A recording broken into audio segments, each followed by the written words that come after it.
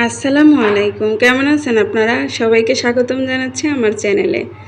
আজ আমি আপনাদের দেখাতে নিয়ে আসলাম বরবটি এবং চিংড়ি মাছ দিয়ে দারুণ একটা সবজি ভাজি। তো চলুন তাহলে রেসিপিটা দেখি। আমি এইখানে 6 থেকে 7টার মতো চিংড়ি মাছ নিয়েছি। আমি চিংড়ি মাছগুলো একটু বড় সাইজের নিয়েছি।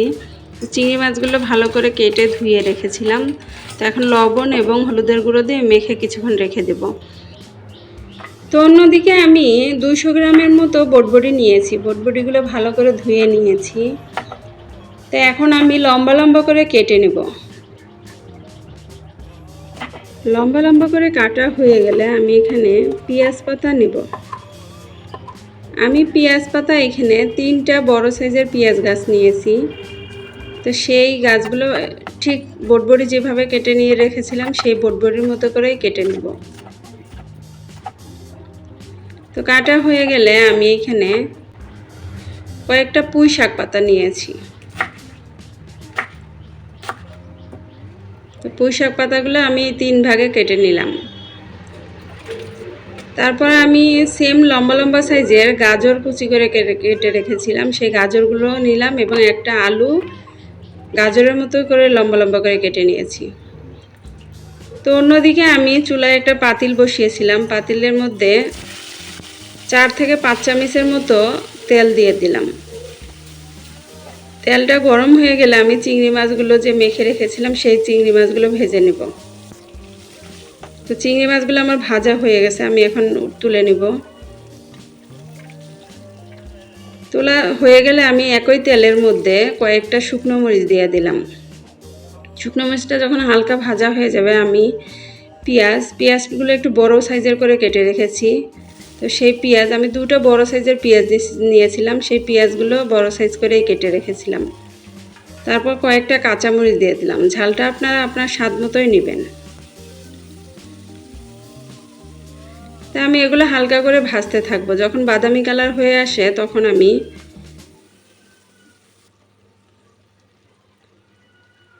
1 চামচ আদা বাটা এবং 1 চামচ রসুন বাটা দিয়ে দিলাম। এগুলো আমি কিছুক্ষণ ভাজতে থাকবো। আদা রসুনটা একটু ভালো করে ভাজলেই তাহলে তরকারিটা একটু ভালো লাগবে। তারপর আমি এখানে 1 চামচের থেকে একটু কম হলুদ গুঁড়ো দিয়ে দিলাম এবং 1 চামচের মতো মরিচ গুঁড়ো দিয়ে দিলাম। সাথে হাফ চা চামচ দিয়ে দিলাম ধনিয়া গুঁড়ো এবং হাফ চা চামচের থেকে একটু কম গোলমরিচ গুঁড়ো দিয়ে দিলাম। আমি এখানে কালো গোলমরিচ নিয়েছি, সাদা গোলমরিচ নিলেও হবে। তারপর স্বাদ মতো লবণ দিয়ে দিলাম। দিয়ে আমি কিছুক্ষণ কষাতে থাকবো। কষানোর পরে আমি এখানে 1 চা চামচ সয়া সস দিয়ে দিলাম। তারপর এখানে 3 থেকে 4 চামচ আমি দই রেখেছিলাম, সেই দই দিয়ে দিলাম, টক দই এগুলো।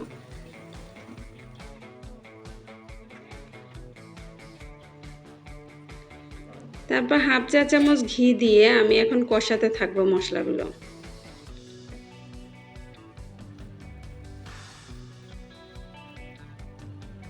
1 থেকে 1.5 মিনিট মশলা কষানোর পরে আমি এখানে যে গাজর এবং আলু কুচি করে কেটে রেখেছিলাম সেই গাজর আলু দিয়ে দিলাম।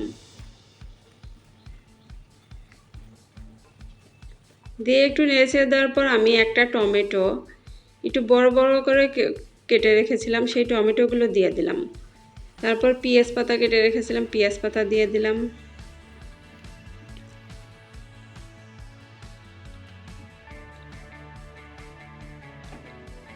সবগুলো হালকা কষানো হয়ে গেলে আমি যে বটবটি লম্বা লম্বা করে কেটে রেখেছিলাম সেই বটবটিগুলো দিয়ে দিলাম।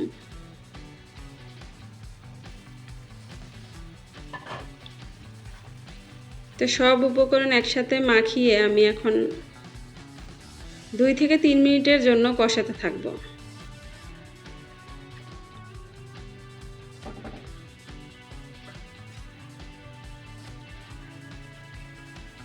তো এখন ঢাকনা দিয়ে ঢেকে 2 থেকে 3 মিনিট কষাবো। তো 2 থেকে 3 মিনিট পর ফিরে আসলাম, আবার এসে তরকারিটা আবার একটু নেড়ে দিলাম।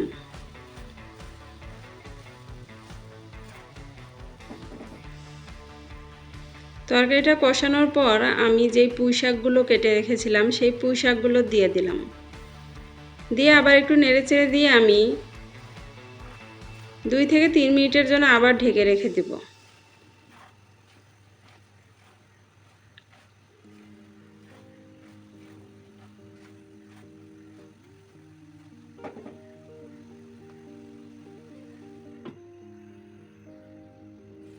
তো ফিরে আসলাম, সব উপকরণ আমার ভালোই কষানো হয়ে গেছে। এখন আমি যে চিংড়ি মাছগুলো ভেজে রেখেছিলাম সেই চিংড়ি মাছগুলো দিয়ে দিলাম। আর চুলার জালটা একটু মিডিয়াম আঁচে রাখবেন, তা না হলে পুড়ে যাওয়ার সম্ভাবনা থাকবে। তরকারিটা যখন ভালো করে কষানো হয়ে যাবে তখন আমি এখানে 250 মিলির কাপের 1 কাপের অর্ধেক পানি দিয়ে দেব।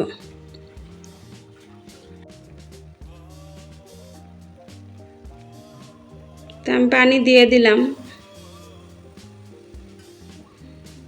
পানি দিয়ে একটু ভালো করে নেড়েচেড়ে দিয়ে আমি 2 থেকে 3 মিনিটের জন্য আবার কষাবো।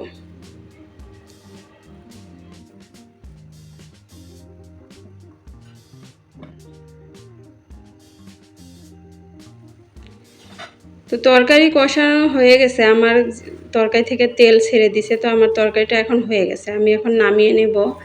তবে নামার আগে আমি ধনিয়া পাতা কুচি করে রেখেছিলাম, সেই ধনিয়া পাতাগুলো দিয়ে দিব।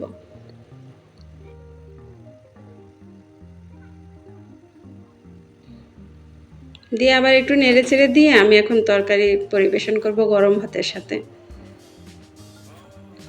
তো বন্ধুরা, আমার এই রেসিপিটা যদি আপনাদের ভালো লেগে থাকে তাহলে আপনারা আমার চ্যানেলটাকে সাবস্ক্রাইব করবেন, সাথে লাইক কমেন্ট শেয়ার করবেন। তরকারিটা আপনারা যদি তৈরি করে খান তাহলে বুঝতে পারবেন কত মজা হয়েছে এই তরকারিটা। তো সবাই ভালো থাকবেন, সুস্থ থাকবেন। আল্লাহ হাফেজ।